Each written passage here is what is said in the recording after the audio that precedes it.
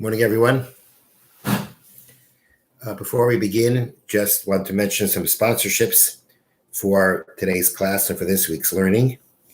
Today's class has been dedicated by Maxine and Stephen Rubin in memory of Maxine's mother, Hindel Bas Michal.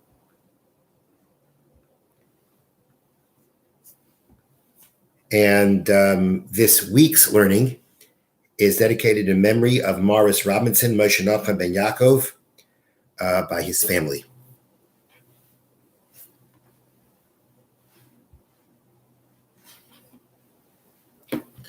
Okay, we are up to Perek Beis, Mishna Daled. Now, we have mentioned previously that when it comes to snacking, one can snack on truma up to a certain snack on produce that has not had yet trumas and ma'aser separated from it. According to Torah law, once you bring it into your house, that is when you cannot snack on it anymore. And the sages instituted other stages that can actually be kaveil ma'aser, which means it sets the grain to an obligation of ma'aser that says you can't snack from it anymore. So one of those things was selling it. And therefore, in cases of selling, when the processing of the grain was completed and ready to take from the field to be sold, already at that point, once the processing is complete, we say it's already, if your plan is to take it to sell it, you cannot snack from it at that point. If your point is to take it home, then you could. Now, we're going to deal with another situation of where the processing has been completed. You're planning on taking it home. However, you did something beforehand. There was something else that you did that the sages say is kaveil ma'aser, that now forbids you from snacking. And another one of those things is separating truma. If you separate a truma from this produce, so you have this produce, it's processing. You have this produce, and before you took it home, you separated truma from it. So that's one of the things that sages say. Will also say, well, if you separated truma, then you can't snack from it until you separate the maasros, what goes to the Levi, or to Meiser Sheni, or to Meiser Ani. So that's going to be what this Mishna's discussion is about. The Mishna here is going to discuss this halacha, this law, that separating truma from the produce will now be kaveil ma'aser to the point that you can't snack from it until you separate the maasros, that which goes to the Levi, and the other tithes that have to be done. Perish etramanat shalei nigmar malachtan. The situation of our Mishnah, discussion of our Mishnah revolves around the case where the fruits that you separated truma from were not yet completely processed. So let's say we're talking about a grain, we're talking about wheat. We mentioned before, the process completion is when, after it's already been threshed and winnowed and piled, that you smooth it down. From all sides, you smooth it down. Or smoothing it down is considered the completion of the process. We had cases where one part of the pile was smoothed down, the other part wasn't smoothed down. But the point is that once it's smoothed down, that is going to become kaveil ma'aser. It sets it to the obligation of ma'aser, but you can't snack. Okay? So now, well, actually, depending on the case, but the completion of the processing is when the completion of the processing in the field is when you smooth it down. Now, we said that alone can kaveil ma'aser if you're planning on taking it to the marketplace. But in here, that's not the case. Here, the case is where, number one, you didn't complete the processing, but what you did is you separated truma from it anyway. And that truma counts. It's a good truma. Now, the question is, does it now forbid you from snacking on the rest of it? If you would have completed the processing, there's no question. Separating truma would now say, I cannot snack from the rest of this produce until I give what has to go to the Levi, or to Meiser Sheni, or to Meiser Ani. But here the case is that you separated the truma before you completed the processing. So Rebbe Lezer, excuse me, Rebbe Lezer forbids a person from eating from them even as a snack. The Chachamim do permit. Chutz mi kalkolas te'enim, unless we're talking about a basket of figs. Okay, so according to Rebbe Lezer, separating truma is going to be kaveil ma'aser. You cannot snack from it anymore. But the sages disagreed. The sages said that until it's fully processed, separating truma, that's not where the chacham, that's not where the sages said that truma is going to be kaveh l'maisa, to say you can't snack.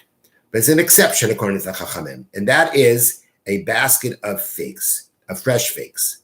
We learned previously that if the figs are to be dried, then until you dry them and either press them into a cake of figs, into a block of figs, or in a case where you squash them into a barrel, if it's dried figs, they first have to dry, and then the completion of the processing is either pressing them into a cake of figs or squashing them into a barrel. If it's fresh figs, we learned that once you put it in a basket and you cover it with leaves, that is when the processing is complete. You can't snack from it anymore.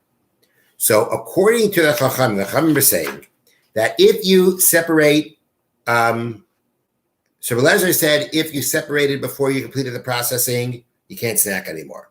The Chachamim said you could, except if we're talking about a basket of fresh figs. That would mean that if you're talking about a basket of fresh figs, before you use leaves to cover it, before you use the leaves to cover it, and you separated truma, so although seemingly the processing wasn't completed, the truma would work. What's the explanation to that? The explanation is the following. The whole reason why we say by fresh figs, the reason why we say that covering it with leaves is the completion of the processing is because until you cover it with leaves, it's possible that although you're putting them into a basket, which would typically tend to be a sign that you're not planning on drying them, rather you want to eat them fresh, you might still change your mind. When you cover it with leaves, that shows that I don't want them to dry because that's the whole point of covering with leaves. The whole point of covering with leaves is the sun shouldn't dry them out. So it's very clear once you cover the basket of fresh figs with leaves that you have no intention for them to be dried. If you have no intention to be dried, then they're completed. The Chachamim say, if let's say you didn't put the basket of leaves on it, you didn't cover the basket with leaves, but you took truma, that's the equivalent of covering it with leaves. That already shows you have no plans on drying them out, because if you did plan on drying them out, then you would have not taken the truma. If you're drying the figs, people will not take the truma beforehand. They know it's not processed. It's just not completed yet. It's not done yet. You're still in the middle of processing it, and therefore, typically, you're not going to separate truma from it at that point. Therefore, if it comes out that you did separate truma from the basket, that's a clear sign that you have no plans on drying them out. If you have no plans on drying them out, or there's no more, you've already decided, it's clear that you already decided not to dry them out, then the processing is completed. So the reason why the Chachamim say that it's forbidden to take off truma even before you complete even before completing the processing. Sorry, the Chachamim permit. The reason why the Chachamim who permit snacking even when you took off truma before the processing, that's not going to be true, but that they don't say that's true, that holds true by a basket of figs, because even though we said beforehand by a basket of fresh figs, when you cover it with leaves, is it completed, the processing is completed. Once you take off truma, that's the equivalent of covering it with leaves. If I take off truma, that means I have no plans on drying them out, because if I did, I wouldn't take the truma out. So being that taking the truma is the equivalent of covering it with leaves, it comes out that I have truma separated with the completion of processing, and there the Chachamim say, that's already a case where the Chachamim said that truma will be kaveh l'maiser, where where taking off truma says I can't snap from it anymore. But that's because the Chachamim say that separating truma has to come with the completion of the processing, and in the case of the fresh figs in the basket, even without covering them with leaves, the processing is completed because truma shows that you have no plans on drying them out, which is what the whole point of covering the leaves was about, to say that the processing has been completed. Now, even regarding this last halacha, that we say that by the basket of figs, that once you take truma from them, even though you haven't covered them with leaves, that they now become forbidden to snack from, is an argument. Reb Shimon Mat, a basket of figs that before you covered it with leaves, you separated truma from it. Reb Shimon matir. Reb Shimon says they are permissible. The Chachamim say no, they're forbidden. Reb Shimon basically says that the only time the processing is completed by fresh figs in a basket is when you cover it with leaves. Separating truma from it is not going to be considered a completion of the processing, while the Chachamim say, as they just said before, that it does, and therefore the Mishnah says the Chachamim Eisrim, that the Chachamim forbid one to snack from that basket of fresh figs once you separated truma from it.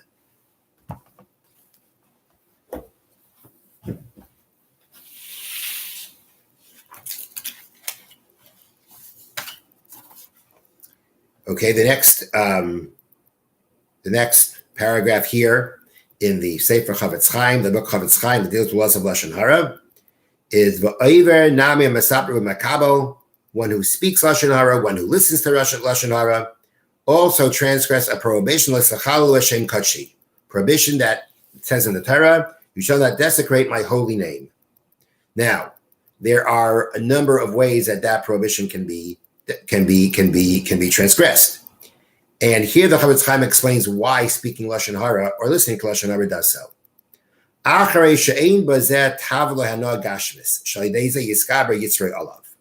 Being that there is no desire or physical pleasure, which I think we have to translate more as a sensual physical pleasure. That through this we should say his Yetzer Hara, his inclination overpowered him. Therefore,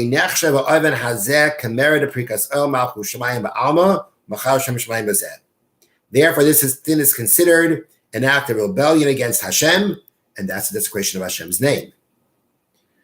Okay, so my understanding of this statement of the Chavetz Chaim is that, I mean, people like speaking Lashon Harah. Let's face the facts. They enjoy putting people down. There just is that.